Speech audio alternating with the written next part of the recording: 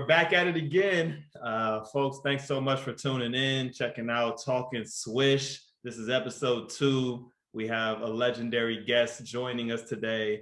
First and foremost, with me, as always, is Sam Allen. Sam, what's good? What's going on, fellas? How we doing? Welcome back. And yes, I'm sorry, he's not single, he's taken. That handsome face you see up in the corner is one of my oldest friends as well. Dear brother of mine, great individual, former superstar on the court, Mr. James Powell. Welcome to the show, sir. Man, appreciate it, man. I'm glad to join. We were talking about it before we kicked off, but I owe you a huge thank you. And I know we have a real bond and a real friendship because you turned the Laker game off. It's fourth quarter right now against the Celtics. Just the way the time of the filming lined up, we were cutting into game time, and here you were, punctual, ready to go, man. And that means a lot to me because I know what a Lakers fan you are. So thank you, bro, for being here. Man, I had half of mine, like the little TV in front of me. I was like, nah, I can't do it because I don't want to glance up. That's sacrifice. That's real. I just turned it off. I had to. Hey, I was gonna do like my daughter, right, Charmaine. So I was telling Trev the other day. I said, man, sometimes when I'm talking to her, if I'm talking to her and like the cartoons are on, I'll be saying something and she'll be looking at me and then she'll be like glancing to the side. Yeah, I got it, Dad. Yeah. Right, all the things we used to do as kids before. And shout out, he's talking about Trevor being another UC Santa Barbara Gaucho we played with. So we'll eventually get him on the air as well. Big shout out, Trev, if he's watching. But Peasy, we'll kick it off the same way we kick off every episode. And I want to ask you, when did your basketball journey begin? Man, basketball journey began, honestly, okay. My mom said when I was 1, she used to trip out because I would walk through the house throwing the ball in the air and catching it at 1. And she used to be like, what the heck? So obviously I wasn't dribbling yet, but like I always had a ball. My dad played, my grandpa played. It's just like, basketball is just like, well, you know, it was just handed to me. But I remember my first vivid memory was like first grade, playing in LA in a little league my dad put me in.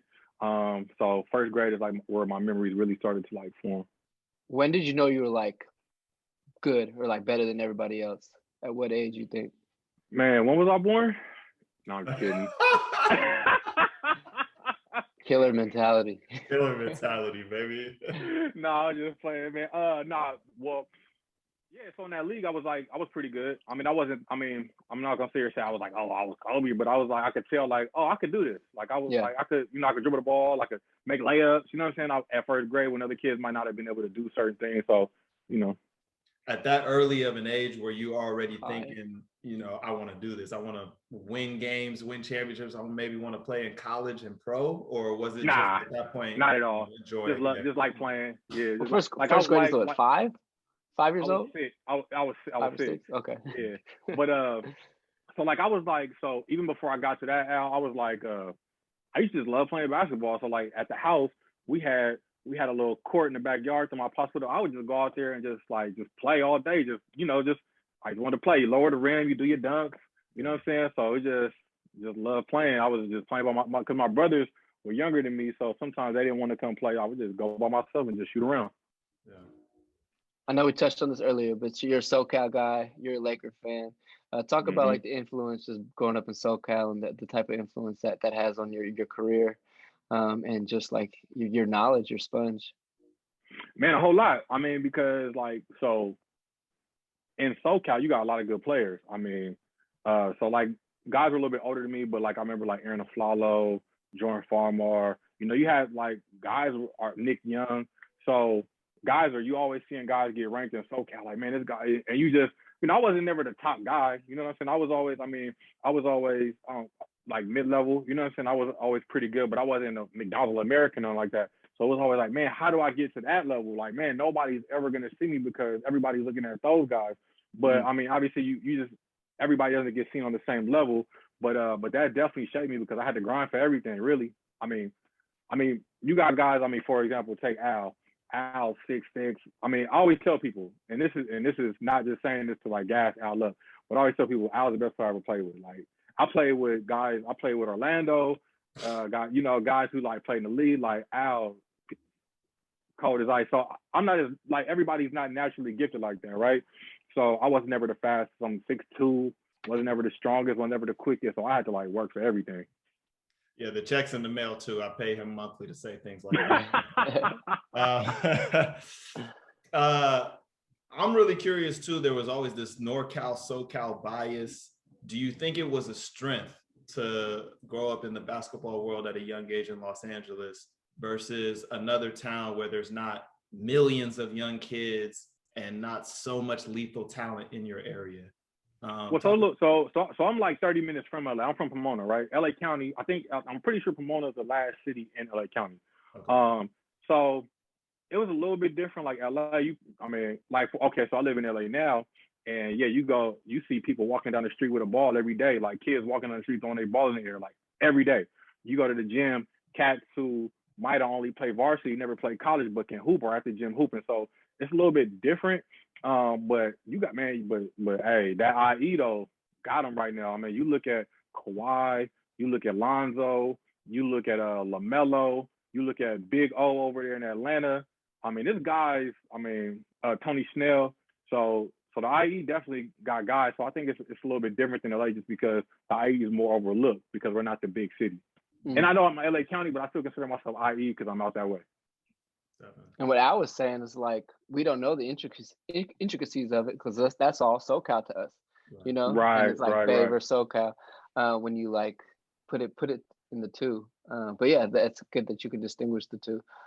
Each one has little pockets. Exactly. Right, you know what I'm saying? Like you got Oakland, you got Frisco, you got San Jose, you got Sacramento. For me, that's just NorCal. Exactly. It's funny to me how much pride people have on their area. Growing up, to me, 100%. San Francisco was really far away from Oakland. It was so far away. You know, I didn't know anything about the city, and we were worried about being the best team in North Oakland. I played for the Oakland Rebels. We were, you know, it was a big deal to play a team from East Oakland, which is down the street, right? But at a young age, you proud of just your block, your street that you're representing. Right. I grew up in Alameda. It was a big deal to be the Alameda team playing against Oakland kids. And so I realized in LA, that's 20x of everywhere else. Yeah. Right? We thought we had a big area. You guys are, you know. No, SoCal is crazy big. It's crazy big. Because then you still got San Diego. You got Lancaster. You got Palmdale. You got, Santa Barbara in the mix. SoCal is crazy big. Yeah. What age did you start playing AAU? Man, AAU, I think I want to say 7th grade. Played with the RC Bulls. Play with, a couple guys. We actually had a pretty good team, a lot of talent. A couple guys played D1 football. Played with 4 or 5 of us went D1 for basketball, and actually played with Darren Collison on that team. It's crazy because Darren just came out of nowhere too. Like Darren wasn't even the man, and he just all of a sudden just out of nowhere. Yeah.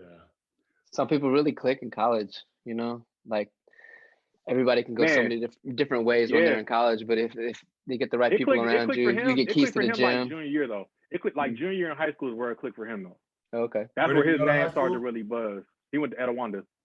Is that in the IE? That's IE for sure. That's Fontana. Mm-hmm. Okay. Yeah, if you Etowanda, they stay doing it out here. Who from that time that you can remember was that guy or the toughest cover for you, or the person that you had to go head to head with for, you know, rights of I've got game here in the IE? Man, so in my class, which is 05, there was Colin Robinson, and then there was Stephen Gilling. So Colin ended up, I think he walked on at SC, and Stephen went to Colorado State. They ended up transferring to Long Beach State. Both of those dudes super cool. But yeah, so in that area, but as far as like the names, like overall, Bryce Taylor was a little bit older than me, but I remember he always had a big name. Bryce Taylor was always getting buckets from an early age. Mm-hmm. David Carter, Darren Collison. So those guys, you know.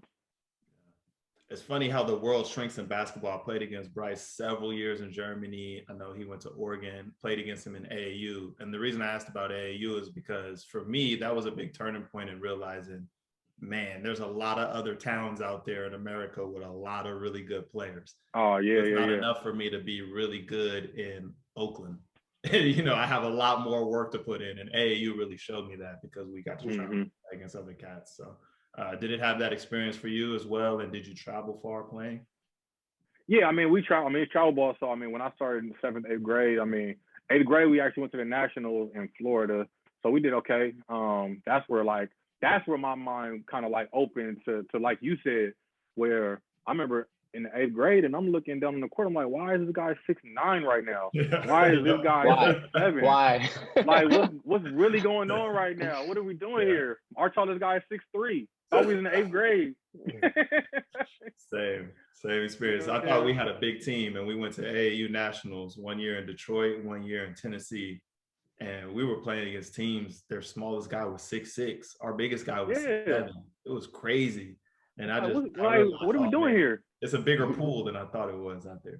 Right. Now, who knows how many of those guys were the right age and all that. I ain't actually, accusing nobody. I'm just saying, you know how it is in the AAU. You know, people checking birth certificates out here.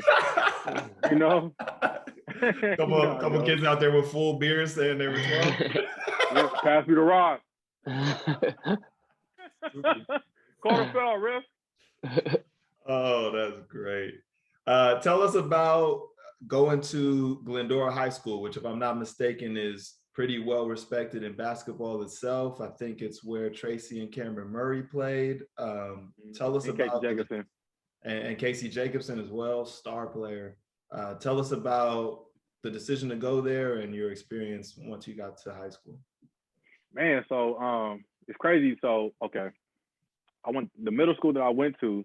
It was me and all my boys 7th grade. 8th grade, one of my good friends to this day ended up coming to our school. Name is Justin Sapp.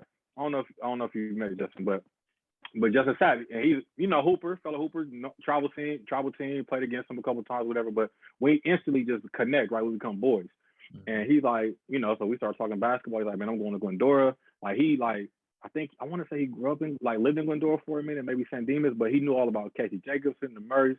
I didn't know nothing about that. I knew Tracy Murray, obviously, but I didn't know he went to Glendora. He knew the whole history. So he just knew from jump that he was going to Glendora. So, fast forward, my pops was like, all right, well, let's check it out. Go to tryout. And then, ended up going there. The rest history. So it's not like it was a plan, but it just the way the cookie crumbled. And then as far as the history, man, I mean, Glendora has a lot of history, man. Like I said, you got Tracy Murray, Tracy was kind of like a phenom, honestly. Mm-hmm. I mean, his senior year in high school, he averaged like 45 points a game. So, 45 a game. Like, but he's 6'7". He was really like, how everybody's shooting from half court now. He was like doing that in the 80s and 90s, in the early 90s. Well, he was doing that before anybody really was doing that. And being 6'7", so if you catch it from half, okay, now you come out up on me, I'm gonna just drop you down to the block and get this layup.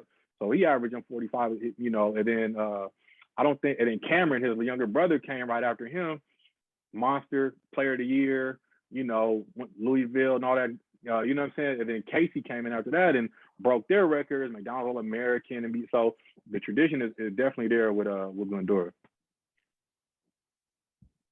All legendary shooters, was that a part of the program or coach that was, teaching you guys to shoot and to be shooters and to move off the ball like that? Or I think honestly, I would say the shooters coming through. Now look, the only one who had to learn how to shoot was me. Okay. All them other dudes is already like, I came in with a broke jumper. I came in like knowing how to play basketball, knowing how to get steals and deflections, get layups, driving dish. Like I knew how to play. But like I remember after my freshman year, so halfway through freshman year, they moved me up to VAR. But I mean, I'm playing behind seniors and guys who could hoop, so I didn't really get much playing time. But I was on VAR at Glendora. That's kind of a big deal. Like they're not just doing that.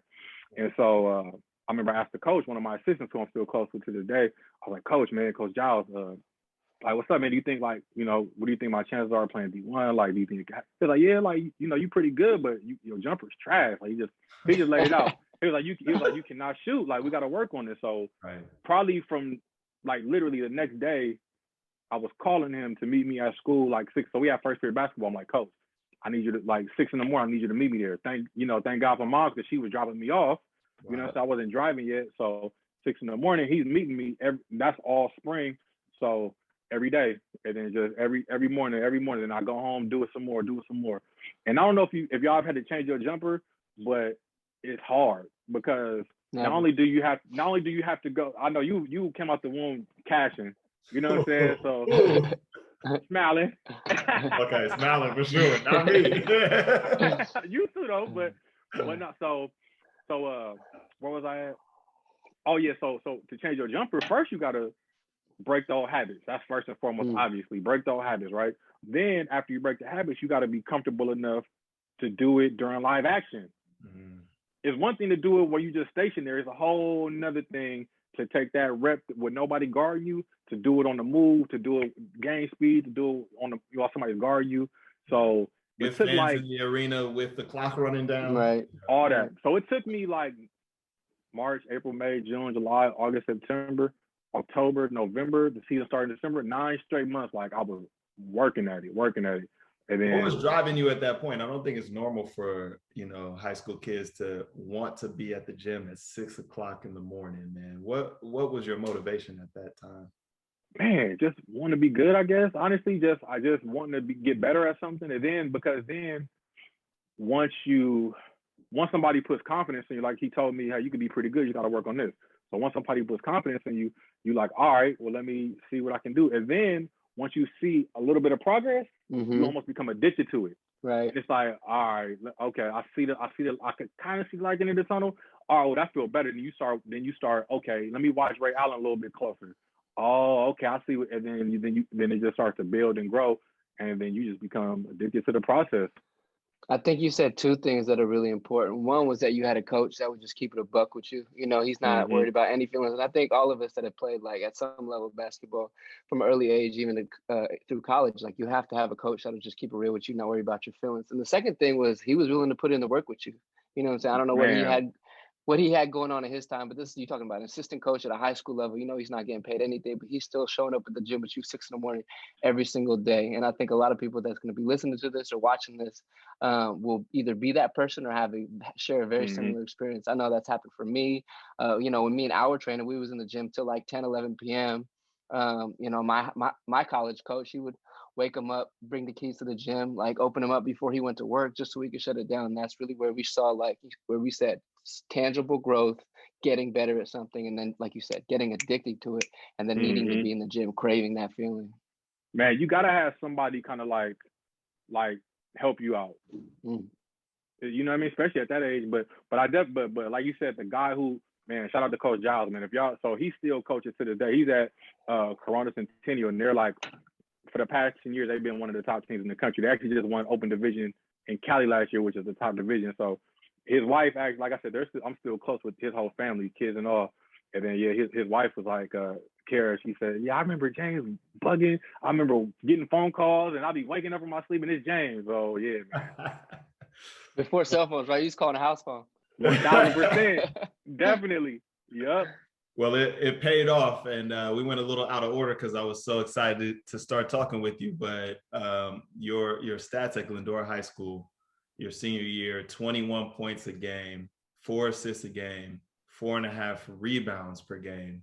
And, at this point, obviously, you were starting to get heavily recruited. And when I first heard of you and met you on your visit to UCSB, it was known to us that you were a shooter.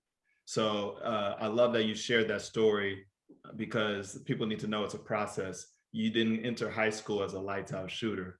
And with hard work, waking up 6 o'clock in the morning, dedication and determination, by the time you graduated, there were many articles calling you the sleeper of Southern California and arguably one of the best shooters in your class, your graduating class. So that hard work pays off. Well done. Man, what's crazy? It wasn't even, I would say the 6 in the mornings obviously is where it started, but I would say it was more than the 6 in the mornings, right? It was the 6 in the mornings plus when you're done with your homework, doing it when you get home at night too. You know what I'm saying? And then after you take your shower, laying down while on the floor, you know what I'm saying, getting those reps up. It's just always just, when they say eat, sleep, breathe it, like you really gotta it's gotta be everything. Yeah. I know, stop. Gotta be myself. Before we jump into, sorry, go ahead. I was just gonna ask about the recruiting process. So you ended up at Santa Barbara. Talk to us about where else were you looking? Where else were you thought you might want to play? That whole process. Man, so I really wanted to go to San Diego State. And I kind of got to have a cool story about that too. But I really wanted to go to San Diego State. But I mean, they're recruiting NBA guys, so I don't know if I was like, thought I could play there, maybe whatever. But as far as where I really had offers from, the two that I was going to choose between were either UOP, which is University of Pacific, and Santa Barbara. And Long Beach, but Long Beach was too close. I kind of wanted to like get away from home a little bit. But I remember, I don't even know if I should tell this story, but I was up at UOP and I guess I won't say the player's name, but they were like, look, man, like maybe like think about maybe you should or shouldn't come here. I don't want to put nobody on the spot. And I was like, oh, okay, maybe, you know what I'm saying? So then I don't know if they had a bad taste in their mouth or whatever the case may be. And then went to Santa Barbara and then hung out with Al the whole time. Met other guys who I'm still close with to this day. And it was just like, man, look, I'm in Santa Barbara. I'm close to home, but I'm far away enough from home where my mom and pops can't just pop up on me. You get if you graduate, you get a UC degree. So it was just like it was a perfect fit. What was the biggest school that sent you a letter? Man, my coolest letter was a handwritten from Bill Self when he was at Kansas. Legend. You know what I mean? Yeah, that one was like, oh, like not just a little generic joint, but like the handwritten. I was like, okay. Yeah. That's hard. He's probably just like, man, can you come be a walk-on for us, be a practice player? That's probably what he was getting at. No, I don't. That had to feel good when a letter from Kansas shows up on the high school campus. I know my chest poked out a little bit further on the days where letters were coming to the school for me. For sure. But so the cool story about the San Diego State is we played them my senior year, and Kawhi was on that team, and they had a couple other guys. Malcolm Thomas was on that team. I think Malcolm was on that team. But they had a pretty good team. But I know Kawhi for sure.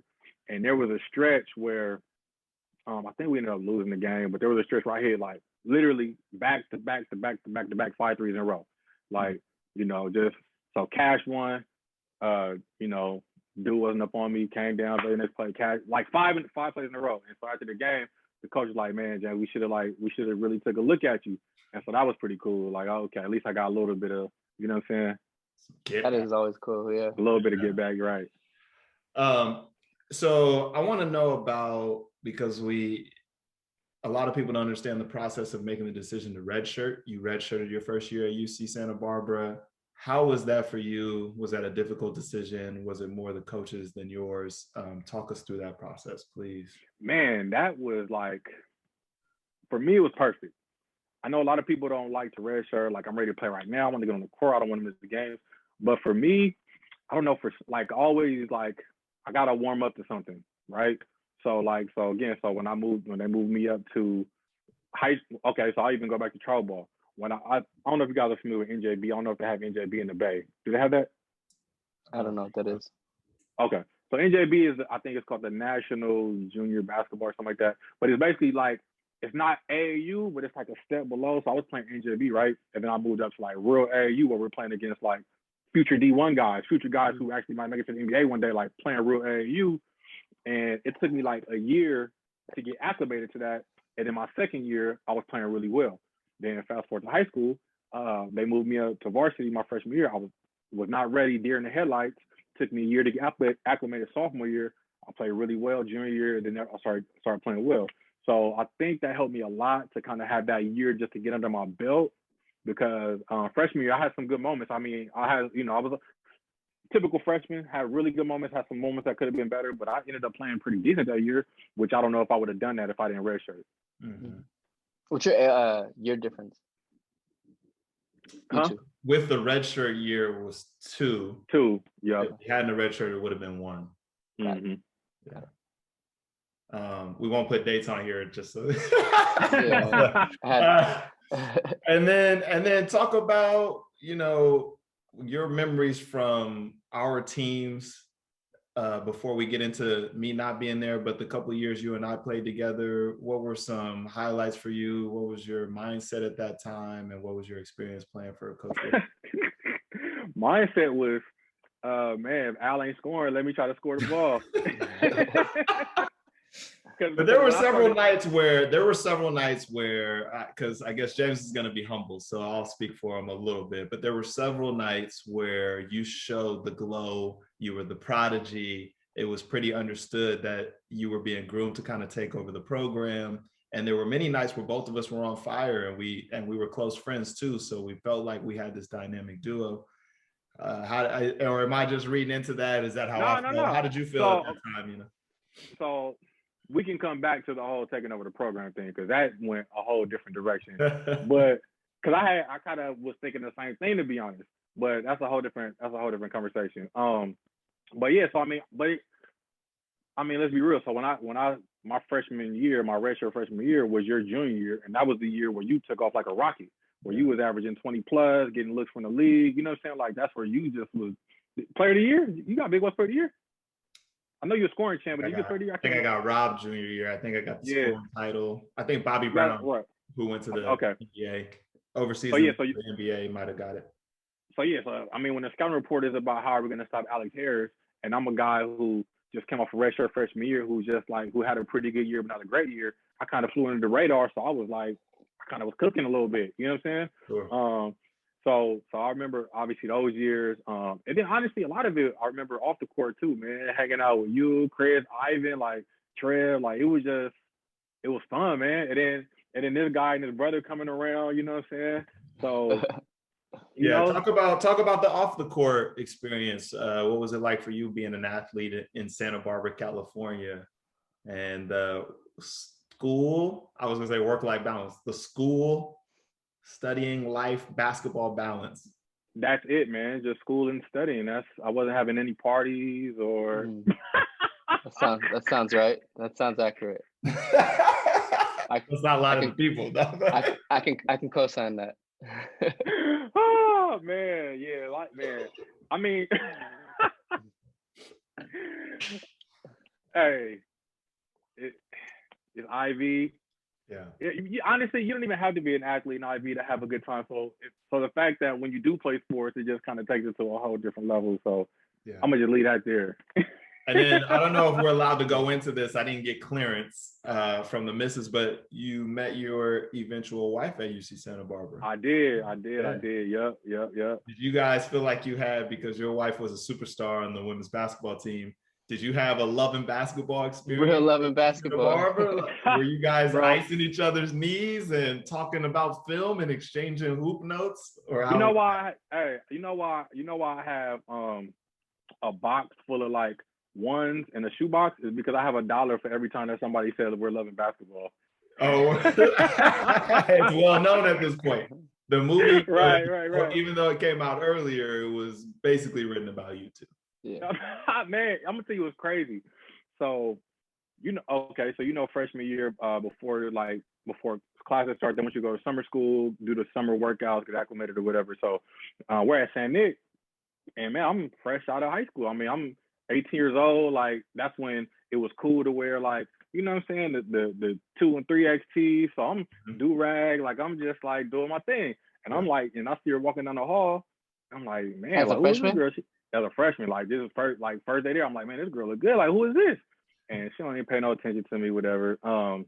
But then fast forward a couple years later, we actually become really good friends, and then we just started dating and married and kids, and yeah, man, the whole nine. The rest is history. That's awesome. Okay, so now let's jump back into basketball. Tell us about playing alongside Orlando and James and some of those teams that I didn't get to play with, but let's be honest, were some of the better teams in UCSB basketball history. How was that experience for you, and how do you remember that time period, I guess your junior and senior year? Man, it was crazy because like when I was with you, I was the little brother. When I'm with them, I'm the bigger brother. Yeah. So like, you know what I'm saying? So you remember the studio apartment, so we all had a studio. So they ended up getting studios too. Orlando literally was right under me. So man, Orlando would be at my spot all the time, eating my cereal, I'm like, bro, like, come on, man. Like, oh, one thing about O is a character, man. O is a fool, and none too, just in a different way. So, but it was crazy because Orlando, same thing, was killing, getting looks from the league. James kind of flew under the radar, but everybody knew what kind of talent he was. Ended up playing in the league himself, still playing overseas and doing his thing. So it was just, I mean, it was just a different dynamic because I'm the bigger brother. They looking at me. They used to call me low key, man. What I'm talking to this girl, or low key, what you think about this? Like, you know what I'm saying? So it's just a whole different dynamic. Yeah. And we'll have to touch on that a little bit later because I know you must have enjoyed the teaching aspect of being a teammate and being around the game because you did a lot of that for me when I was playing pro and for kids after you graduated. But everybody wants to know about, the opportunity you had to play in the national tournament, something I didn't get to do, the NCAA tournament. Can you talk about that season, how it felt to win the title and the experience? What's it like to play in the NCAA tournament and be a part of March Madness? Man, it was great. It was fun. Winning the Big West was a great experience, but it kind of did show me the difference between like mid-major programs and those high major, blue blood type programs, because we win the Big West. It's like, man, we're going to the tourney, like, let's do it. Them guys are like, all right, we trying to win this national championship. So I thought there was a level of contentment, kind of like we made it to the tournament, or you know what I'm saying, we did it, rather than saying, all right, we here, like, let's go get a win, let's take it a game at a time to see how much damage we can do. You know what I'm saying? So but what seed did you guys get? And who'd you end up playing? We're 15 seed, put Ohio State when they had Evan Turner and those guys. I mean, they were pretty good, but whatever. What's it like to be in the NCAA tournament? Were you doing press all week? Did you get crazy gear from Nike? Tell us about that experience. Let us behind the scenes. It was, it's cool. I mean, playing in the big arena, you know what I mean? Practicing in the big arena. That's crazy because I don't know if it was my adrenaline or really like, I don't know. Okay, so when you watch guys like Carmelo, D-Wade, these guys in college, you could tell they're athletic, but when they get to the league, they got you're like, when did they get that bounce, right? They get crazier bounce when they get to the league. So, I'm not no high flyer. I'm not dunking like that. I remember doing a 3-man weave and dunking. So I'm like, yo, this is my adrenaline. Like, what's going on right now? This is the court being bouncy. So that was fun, just being on that court and being in the environment. But, the experience was okay. I mean, it was cool.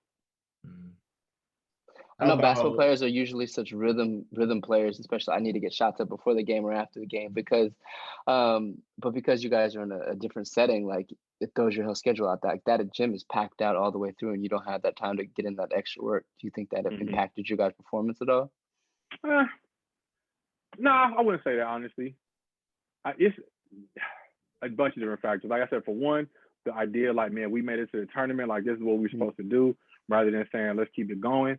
And then just the overall, like, I don't know. I don't want to put nobody on the spot. So I'm going to, you know what I'm saying? I mean, you're 15, so you're supposed to, you did what you were supposed to do. Yeah, right. Right. We wasn't supposed to win that game, but it's still, you know how you feel a vibe or the mentality. It's like, yo, like I didn't feel like it was like a whole, like, let's try to go in there and get this dub. I think it was just like, we made it here and we did our job. Yeah. And that was your senior year, correct? Mm-hmm. So how did you feel after that game, realizing essentially your college career was over? And what was the process like saying goodbye to college, saying goodbye to being an athlete for UCSB? Man, it was crazy. It was crazy because I had such an up and down career, man, honestly. And I mean, I could sit here and say, oh, this is the reason why, that's the reason why. But at the end of the day, I got to hold myself accountable for things I could have been doing differently. You know what I'm saying? So my senior year ended cool. I mean, I ended up, when I graduated, I was the all-time three-point shooter in SB history. But my senior year, I only started half the season. And it was just, the coach was on whatever. You know what I'm saying? So when I graduated, it was like, what am I going to do? Like, is anybody going to, I mean, I averaged double 10 points my senior year. I graduated with 3-point shooter percentage. Obviously, I could put the ball in the hole, I could play, but is anybody really going to take a look at me? So it was just, my experience was just different than most. And what happened? Like, Did you get the opportunity to work out for some European and NBA teams? Did you go so I to went camps? to Louisville to go to a G League, like it was the D League at the time, like the national tryout, and I was cooking. I mean, I was cooking, and so I got invited to I got like to be in part of the draft or something like that. I didn't get paid, whatever, but I was out there cooking. At least I know I was out there doing my thing. Yeah. Mm. And then very shortly afterwards, I think you made the transition into coaching high school basketball, correct?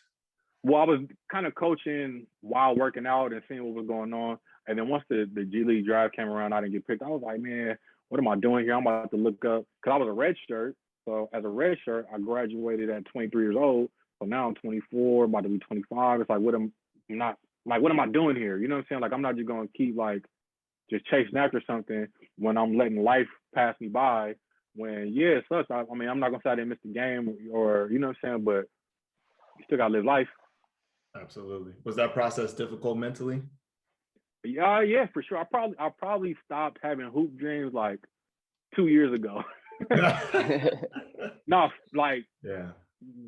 serious, bro. And it's crazy how it would always happen like during March. I would just have crazy hoop dreams, like all right, I got to get ready for the season. I got to grind. I got to work out, and then yeah, I mean that's something you do your whole life, and then then you stop, and then you got to start a whole new life.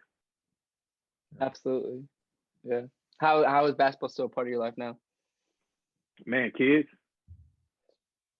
So Pass like that on, yeah. tonight my daughter, she had a little, had her little basketball practice, and my son, who was 2.5, he just randomly in the hallway went to the end of the hallway, didn't have a ball, but acted like he was dribbling the ball down the court, and then shot it. So I was like, oh, okay, he already basketball team, daddy, basketball team. I'm like, bet, let's go. That's awesome. What are you going to teach him and your daughter, based off your experience that you've had, to prepare them if they decide they want to play basketball? Man, so like my daughter's 7, right? So today, what I told her on the way to the practice, I said, look, what do I want you to do tonight? I want try my best. Yeah, but that's not the answer I'm looking for. I want you to, oh, Dad, push myself. Yes, Charmaine, push yourself. I said, I don't care how many mistakes you make. I said, everybody makes mistakes. The one thing I want you to do is to push yourself. I said, when you get tired, I don't want you to start going slow all of a sudden. The only way to get better is to push yourself even when you're tired. So right now, it's just the effort. I need the effort. I need you trying to get better. And that's really, I mean, she's 7, so I ain't going to expect her to be crossing people. You know what I mean? Just right now, I just need you to understand what it means to give an effort, even if you're tired, to keep going. That's big. That's awesome. I'm always a little bit nervous about how to take off the I was a player cap and put on the now I'm just advising, coaching, or consulting cap. And I wonder, because your father played ball, and I remember that he used to always have some instruction for you. Yeah. Sometimes you wanted to hear it, sometimes you didn't. Yes. And that's a really difficult line to hop, across, is, hey, I want to be constructive and be dad and be supportive, but also I have this knowledge and I understand what it's going to take, and I can impart this upon my kids. So, right. Do you have any suggestions or offerings for parents of young kids that want to play, or that they want to get their kids to play, as to how to approach that? Yeah, for sure. I mean, I think you also have to reinforce the positives, right? So, and I think that's just in general. So, like today, like my daughter is not shooting no left-hand layup. She's 7. I didn't learn how to shoot a left-hand layup, so I was like in the 7th grade, 6th grade. So, but the fact that she's trying to go left, right, and even have the footwork, she's gonna miss the shot completely. But I'm like, good job. So, or for example, I get her little grade emailed to me. Oh, and so I'll tell her, hey, this is what I'm talking about. Good job. So they can't just hear me barking at her. If I'm just barking, I also have to reinforce it with, oh, I see you did a good job at this too, though. Good job. Keep this up. But I'm not only going to tell you good job. I'm also going to tell you, like, my wife thought I was crazy. Like, I remember she was like 4 or 5, and she was coloring something. I'm like, sure, man, that's terrible. because you know why? Not because it didn't look good, but because I knew that she wasn't doing her best. Yeah. Like she just no. We're not doing that. Yeah. I don't care. You're not gonna be in between the lines. So I'm not expecting you to color perfectly, but I expect you to color to the best of your ability. You know what I'm saying? That was gonna be the next Candace Parker. with that kind of leadership. Who was your toughest cover? Who's the hardest person for you to guard when you played college ball or even high school ball anytime?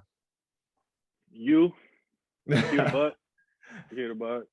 You're the like I used to like king of the court 3 dribble, like that was my game. Like I used to like I just for some reason I don't know if I ever beat you. Like, bro, it was hard to score because you 6'6" long, and then you for sure. Appreciate the key that. to be the key to be I used to play a bunch of ones with Orlando, right? Like me and O play ones all the time. But O is like what 6'4". Well, he's about 6'5" now, but at the time he was like 6'3", 6'4". You know what I'm saying? So he's not quite 6'6", 6'7", not as long. So I got some wins against him. He probably got, if we played 100 times, he probably got 60. I got 40. But against you, you were my toughest for sure. The key to be Alec king of the court is to get him off early. Like if you get him off, it's like you get 3 in a row. If you get him first, then you know the next 2 are easy. But if he's like your third that you got to get in a row, it's a tough cover. Hey, so you tough, right?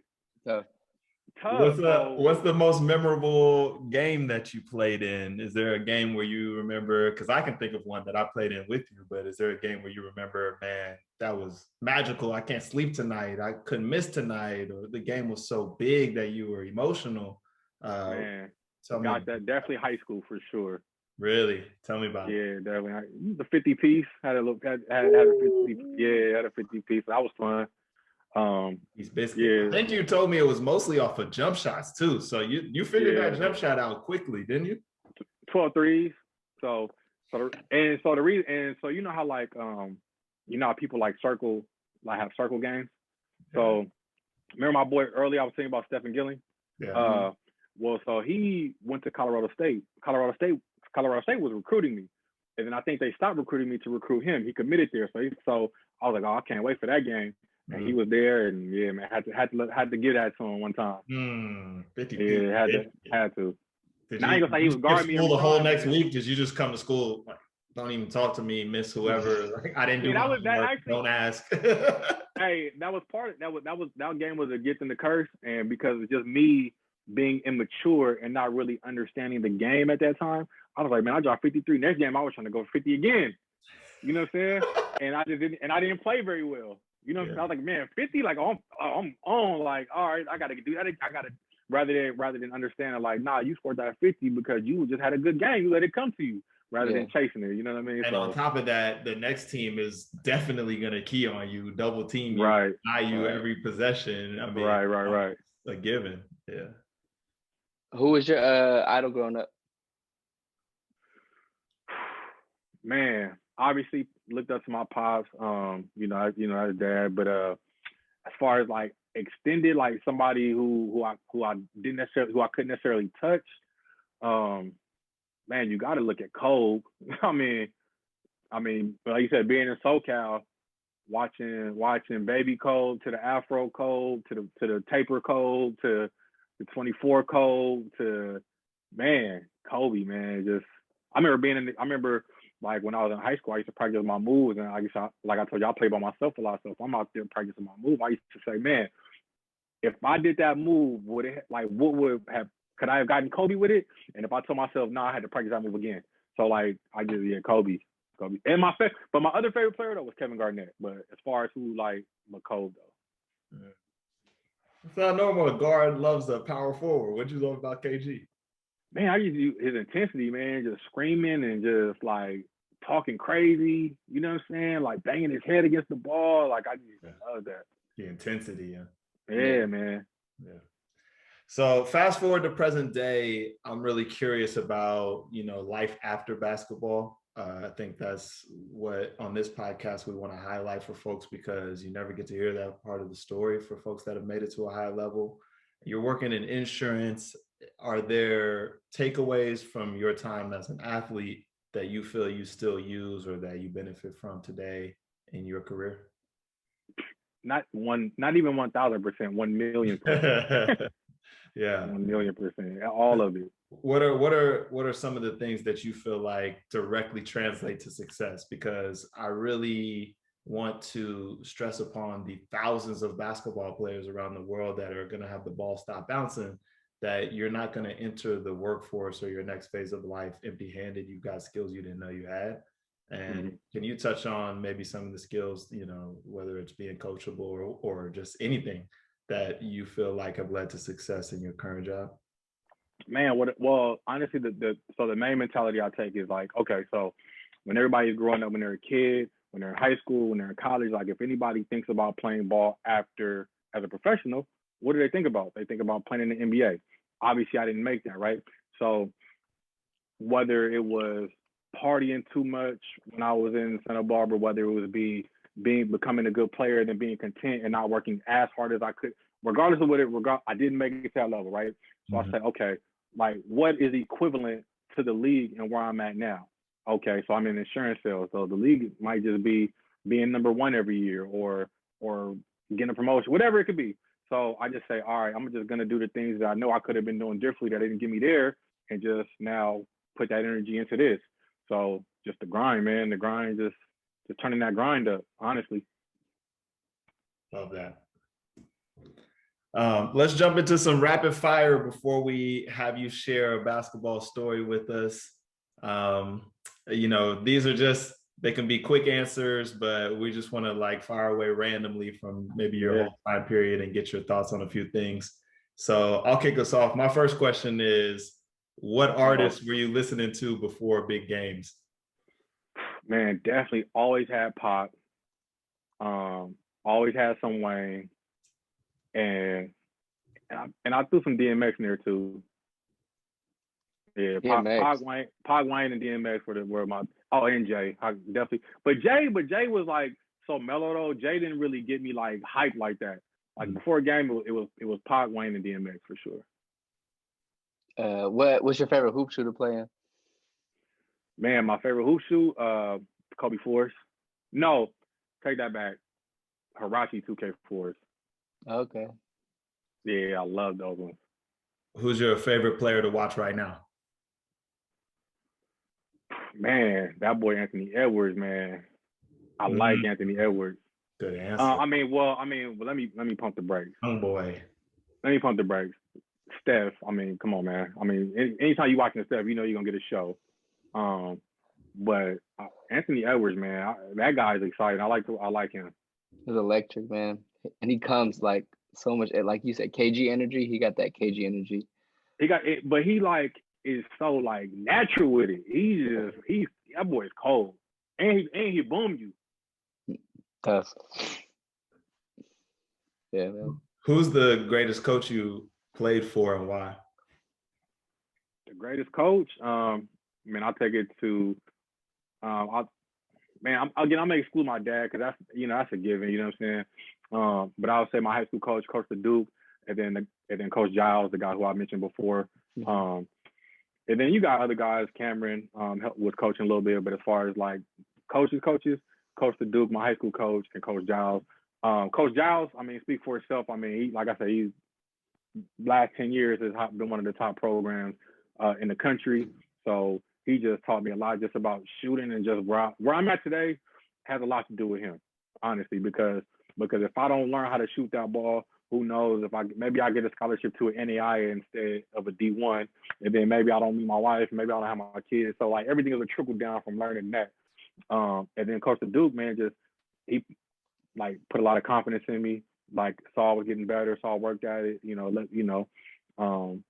taught me all the fundamentals, and yeah, man. That's a great perspective you had too. It's like I don't get the D1, I don't meet my wife, I don't have my kids. That's awesome. Just because like we get so caught up in the day to day, but you can zoom out and really just see your life as a whole. That's awesome. Yeah. And then my last one I'm curious about is for elementary school kids, junior high school kids that want to play D1. What would you advise them based on your experience and what you know about the game? What should they be working on? What advice do you have for them? Man, so I'm gonna answer that twofold. One, of course, have the goal. If D1 is your goal, shoot for D1. But for that kid who was grinding and has D2 or NA offers, that is a good thing. Get that free school. Get that free education. You're talking about my daughter, now of course I want my daughter to get a scholarship, so I don't got to pay for college. I want her to save me $100,000, but I don't care what level it is. Just save me some money. Yeah.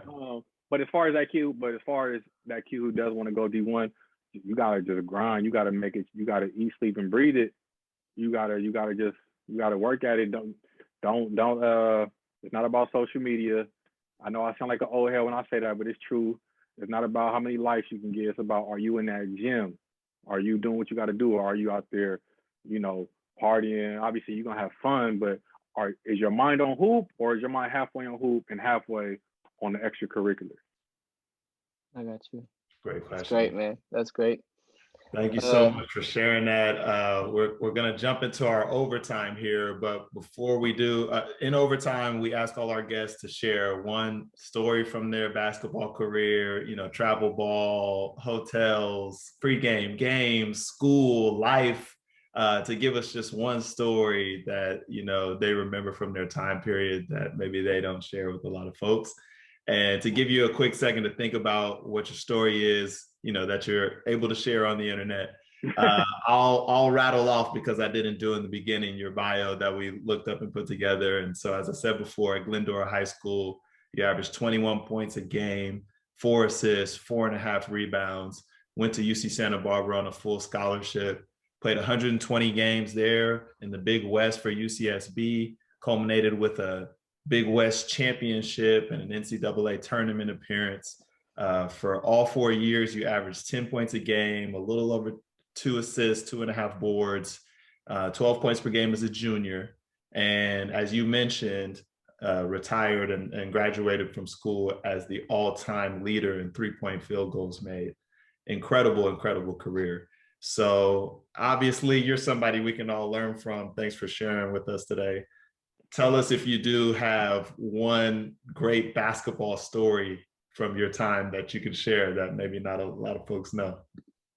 Man, I was thinking about that. I don't know if I have like that, oh my God moment, but you know what I'm saying?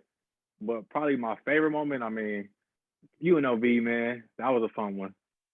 The game winner. I gotta just the UNLV game winner was a good one, because that's the rival. Obviously the play was designed for you. They double team you, so you gotta kick it to Chris. Chris don't gotta look.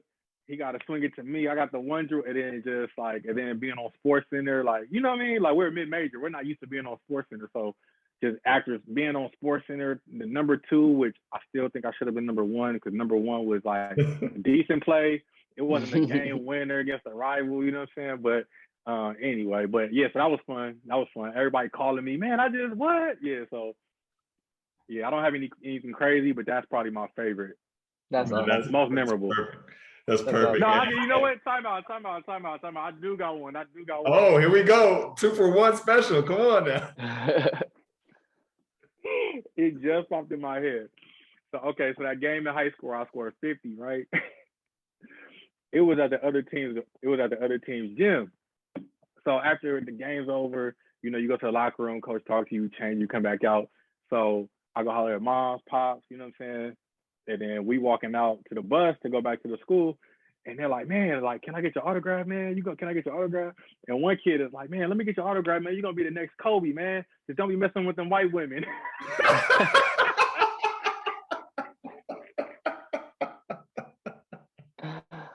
Oh, man.